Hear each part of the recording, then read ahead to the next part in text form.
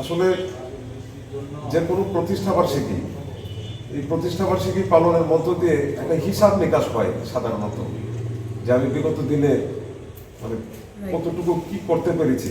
বিশেষ করে গণমাধ্যমের প্রতিষ্ঠাবার্ষিকীটা আসলে এটা আসলে অনেকেই আমাদের উপরে একটা বাধ্যতামূলকই করা হয় জেলা পর্যায়ে। তো এইখানে দেশ রূপান্তরের যে প্রতিনিধি, সে আসলে আমাদের সবারই স্নেহভাজন। তো ইতিমধ্যে তার ব্যাপারে আপনারা অনেক কথা শুনেছেন। আসলে ঘন ঘন একটা মিডিয়ার প্রতিনিধি মানে বারবার পাল্টানো, এটা আসলে একটা বিড়ম্বনা। এটা কতটুকু যে বিড়ম্বনা, এটা আসলে আমাদেরও কিন্তু বেকায়দার মধ্যে পড়তে হয়।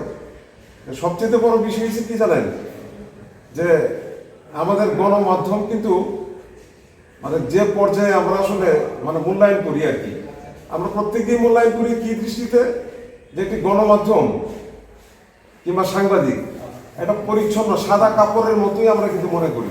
সাদা কাপড়ে যেমন একটু দাগ পড়লে যেমন দূর থেকে যেমন দেখা যায়, ঠিক তেমনি আমরা মনে করি যে আসলে যে সাংবাদিকতায় যারা কাজ করবে, গণমাধ্যমে যারা কাজ করবে এবং এর সাথে যারা জড়িত, একেবারে মূল হাউস সহ আমরা মনে করি এটা পরিচ্ছন্ন। তো এই ব্যাপারে অনেক কথা আছে। রাষ্ট্রবিজ্ঞানের ভাষায় চতুর্থ স্তম্ভ বলা হয় সংবাদপত্রকে। আমরা বলি যে সংবাদপত্র জাতির বিবেক, জাতির দর্পণ। কেউ কেউ মনে করি আমরা বলি আসলে আমাদের মেরুদণ্ড। কিন্তু আসলে আমরা ভেবে দেখতে হবে আসলে আমরা কি এই জায়গায় রয়েছি কিনা। বিগত দিনে প্রত্যেকটা মানে গণমাধ্যম কর্পোরেট গ্রুপ কর্তৃক গণমাধ্যমগুলি পরিচালিত হয়ে থাকে। প্রত্যেকটা বিগত দিনের এমপি, মন্ত্রী এবং ওই দলেরই অনেক হুমরা চুমরা ব্যবসায়ী, তারা প্রত্যেকে একটা গণমাধ্যমের মানে নিবন্ধন করে নিয়েছিল, যে আসলে একঝাঁক সাংবাদিক তাদের হাতে, তারা যাতে চাঁদা যাতে না দিতে হয় সাংবাদিক হাতে রাখলো, যাতে তার এই কর্পোরেট গ্রুপের যে সমস্ত মানে অনিয়ম অব্যবস্থা সেগুলি যেন কেউ যেন প্রকাশ করতে না পারে। এইগুলির জন্য কিন্তু আপনারা দেখেছেন একটা গণমাধ্যমের মালিক, তাকে উপহার দেওয়া হয়েছে মন্ত্রিত্ব দিয়ে, তাকে উপহার দেওয়া হয়েছে এমপিত্ব দিয়ে। শুধু এই একটা দুইটা এই গণমাধ্যম সরকারের পক্ষ হয়ে কাজ করবে। তাহলে আমরা একসময় মনে করতাম আসলে আমরা কদম গুছি সাংবাদিকতা করি। এখন আমরা নিয়ন্ত্রণ হইতে হইতে এমন পর্যায়ে বিগত দিনে আমরা নিয়ন্ত্রিত হয়েছিলাম যে আমাদেরকে আগে প্রেস নোট দিয়ে কোন নিউজ যাবে কোন নিউজ যাবে না, কিংবা রাষ্ট্র বিরোধী কিংবা সরকার বিরোধী এরকম প্রেস নোট দিয়ে সংবাদ কিন্তু বন্ধ করা হতো।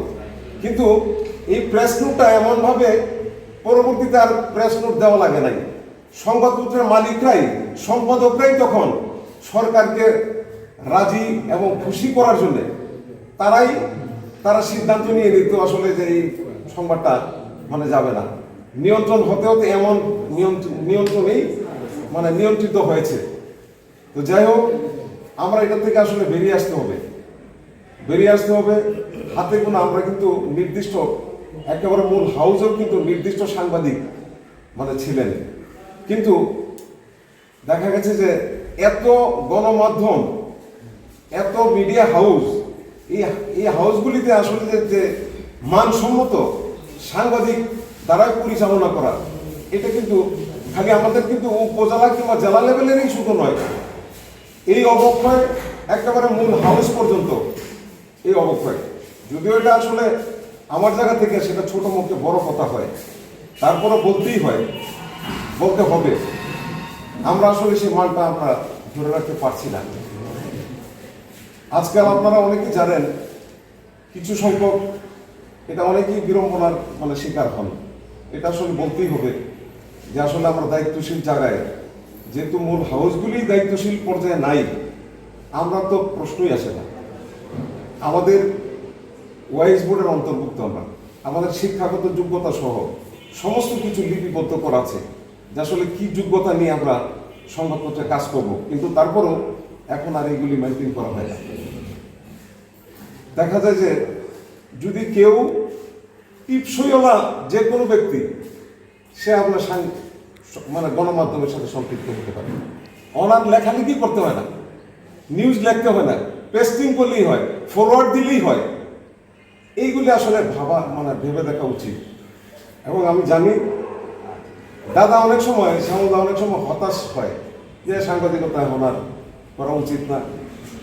আমি মনে করি ঝাঁকে ঝাঁকে এই সমস্ত লোক রিক্রুট হওয়া দরকার। অন্ধকারেই যদি না থাকে তাহলে আলোর মূল্যায়ন কোথায় মানে হবে? হতাশ হওয়ার কোনো কারণ নাই।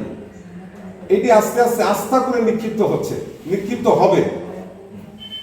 আমি মনে করি কিছু সংখ্যক এমন সাংবাদিক আছে, এটা শুধু আমাদের নেত্রকোনাই না, নেত্রকোনা আমরা যথেষ্ট, আমরা অনেকাংশে আমরা ভালো রয়েছি। সকাল থেকে দুপুর থেকে রাত্র পর্যন্ত চষে বেড়াচ্ছে একটি কার্ড গলায় ঝুলিয়ে। আমরা আসলে যারা এখানে গণমাধ্যমের সাথে সম্পৃক্ত, আমি মনে করি